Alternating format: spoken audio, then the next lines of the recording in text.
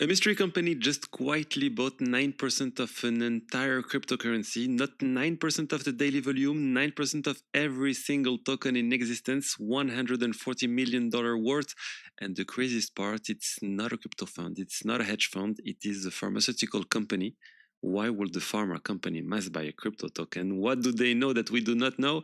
I'm going to reveal exactly who they are, what token they bought, and why this could be a really bullish signal for this crypto. I'm also going to talk about strategy, a $42 billion Bitcoin bombshell. I'm going to talk about the Clarity Act. How is it about to kill stablecoin yield?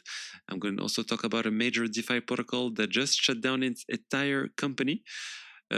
So let's start. Hello everyone, welcome back to CryptoEd. If you are new here, we cover the most important crypto news every single day, so you can stay ahead of the market. Let's start with the story you clicked for.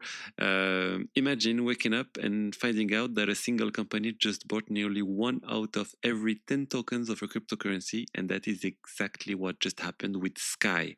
Sky, for those who do not know, it is the rebranding of Maker DAO. It's one of the OG DeFi projects with a market cap of about $1.6 billion. And the company called Aave Pharmaceuticals just announced they purchased 9% of the entire circulating supply of Sky.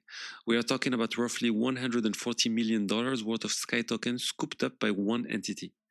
Now, here's where it gets even stranger. Aave Pharmaceuticals, the name says all, it was a pharma company. They just completely rebranded themselves as the Stablecoin Development Corporation. They received the $134 million investment from a group of investors to make this purchase, including Tether, the stablecoin giant. And now the entire business model is pivoting to stablecoins and accumulating Sky tokens. They have already started staking those tokens to earn more rewards on top. Think about what this means. A publicly traded company now holds 9% of an entire crypto ecosystem. It is almost like Sky just got its own backdoor IPO. If you want exposure to Sky but cannot or do not want to buy the token directly, you could theoretically buy this company's stock. The stock becomes a mirror of the token, and we have only seen this happen once before this scale when a company accumulated about 10% of world coin supply. This is extremely rare. But I need to stop you right here before you do something you will regret. I know exactly what some of you are thinking. The Aave pharmaceutical company has a market cap of only $36 million, but they hold $130 million in Sky tokens. It's an easy arbitrage, right? Just buy the stock and wait for the market to catch up, but you are wrong. Do not fall for this trap. Here's what the headline do not tell you. Aave, the pharma company, issued kind of like phantom shares, some warrants to investors who funded that $134 million purchase. Those shares are locked right now, but they exist. When you factor in those unreleased shares, the fully diluted valuation is roughly double the value of the Sky tokens they hold. So no, the stock is not trading at a massive discount. The discount is an illusion. Always read the full press release. Always look at the fully diluted numbers.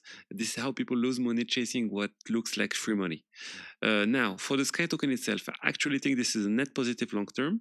When you have 9% of a token supplies locked by an institutional holder that is actively staking and clearly committed for the long haul, that is 9% that is not hitting the sell side of the order book.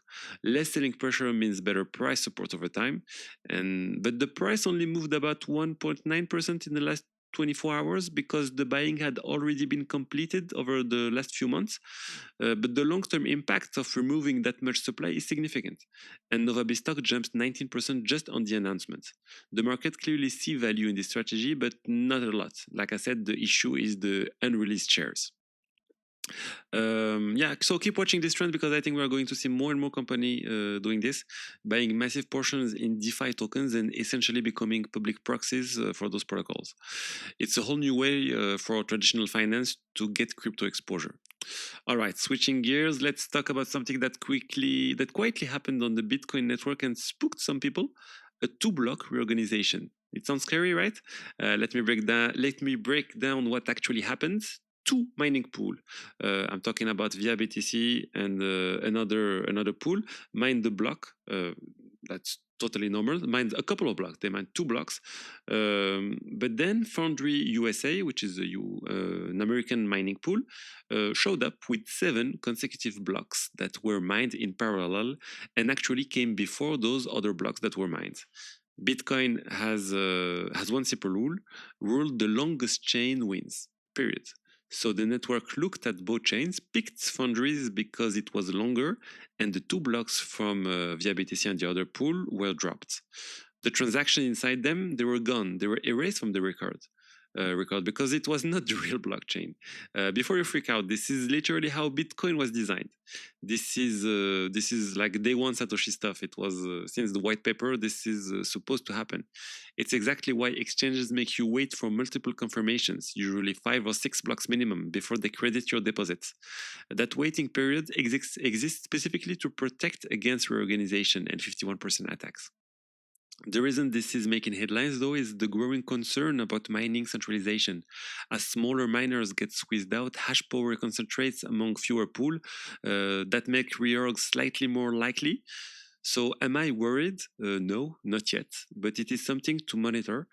If this starts happening regularly, the fix is simple. Exchanges bump their confirmation requirements from 4 or 5 to maybe 10, and the problem is solved. The real danger would be for any exchange accepting deposits after just one confirmation. Someone could deposit Bitcoin, sell it, withdraw it in another crypto, and then the reorganization erases the original deposits. The exchange eats the loss. That is why confirmation threshold matters. No panic needed, but now you understand the mechanics. Now, let's talk about the elephant in the room. Let's talk about strategy. Strategy, formerly MicroStrategy, they bought another $77 million of Bitcoin in the last 24 hours. At this point, it is almost routine for them, but the real headline is their new plan to raise up to $42 billion to buy even more BTC. $42 billion, half from stock sales, half from their STRC preferred shares that generate over 11% yield. And I will be honest, I think STRC carries real risks, but the market seems hungry for it. On top of that, they still have about $30 billion in existing capacity they have not used yet. At the new $42 billion, and you're looking at the war chest that could move the entire Bitcoin market. But this is just the regulatory pieces to buy. The only question now is whether enough investors will step up to fund these massive buys. If they do, then this is a huge amount of money that's coming to buy BTC. On the Ethereum side, Bitmain keeps stacking another $138 million ETH purchase. It feels like also routine for them. Every week, roughly 65,000 ETHs get absorbed. They now hold more than 4.5 million Ether. So yeah, it's a huge number. They're getting close to the 5% of all Ethereum in circulation. This is a bold bet. They clearly believe we are near the bottom of this bear market. That's what Tom Lee said, the chief of Bitmain. But fair warning, Tom Lee previous prediction for the end of 2025 were nowhere close to reality. So take their conviction with the healthy dose of skepticism, but buying is undeniable, and 5% of circulating supply is a massive amount to remove from the market, and they're really closing to this 5%. Now let's talk about the Clarity Act. Let's talk about what is coming in the US, in the regulatory landscape in the US. The Clarity Act is a stablecoin bill making its way through the Congress and through the Senate to the Congress, yeah. And the SEC and the CFTC are heavily involved. And here's the takeaway: the bill is looking to ban earning yield simply from holding stablecoins. This is from the latest leaks from Congress. So there might be exceptions for earning rewards through specific activities like making payments, but passive yield on stablecoins, the Senate, the Congress does not want this at all for now. They do not want to circle or tether competing with traditional saving accounts. If you cannot earn yields on USDC, the banks keep their monopoly. And this is really traditional finance fighting back. And right now, they seems to be winning in this yield issue. If you earn yield on stablecoins in DeFi, maybe that will be the only solution to earn yields, because you won't be able to earn yields on centralized exchanges. Let's talk now about Aave. Aave V4 just cleared another governance vote, moving it one step closer to launch. There is no doubt in my mind that Aave V4 will go live. The dev team behind Aave built it, Aave V Labs. The community supports it. Well, the community, it's Aave V Labs who hold a majority voting share, so they will make this go through, and the vote will pass. The real question is whether people will deposit the money into it. Aave has always been extremely conservative with risk management, very selective about which asset they list, and that conservative DNA is exactly what institutional capital wants, especially after the recent exploit that hit Resolve yesterday. Aave walked through that storm untouched. The risk management held. V4 brings more modularity, which could open the door to more style strategies with individual vault operators taking on different risk profiles. But the core Aave V4 experience the current Aave experience is battle tested. So my take is Aave is solid. I have some concerns. The governance concerns are still there. Long term, I don't believe the governance is good for Aave because Aave Labs can do whatever they want. But the protocol as it is right now is solid. Now let's talk about Hyperliquid. Hyperliquid is on fire right now. Open interest on their permissionless HIP3 markets just exploded 25% in a single week.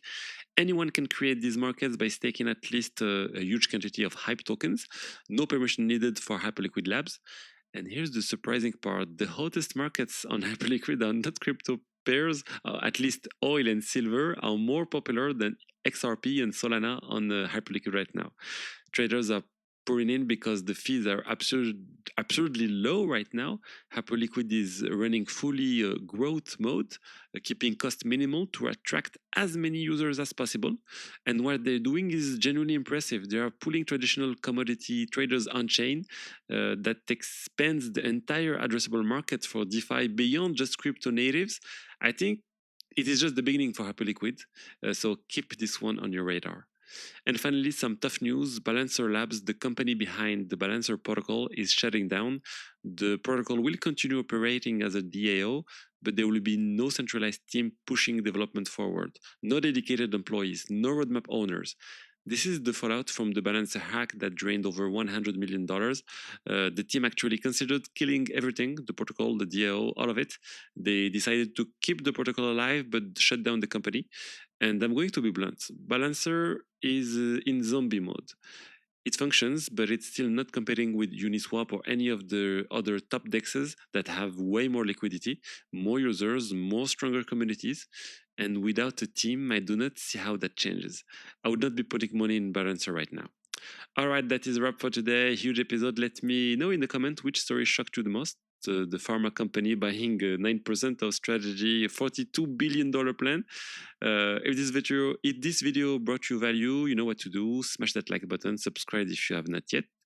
And I will see you tomorrow for the next one. Bye-bye.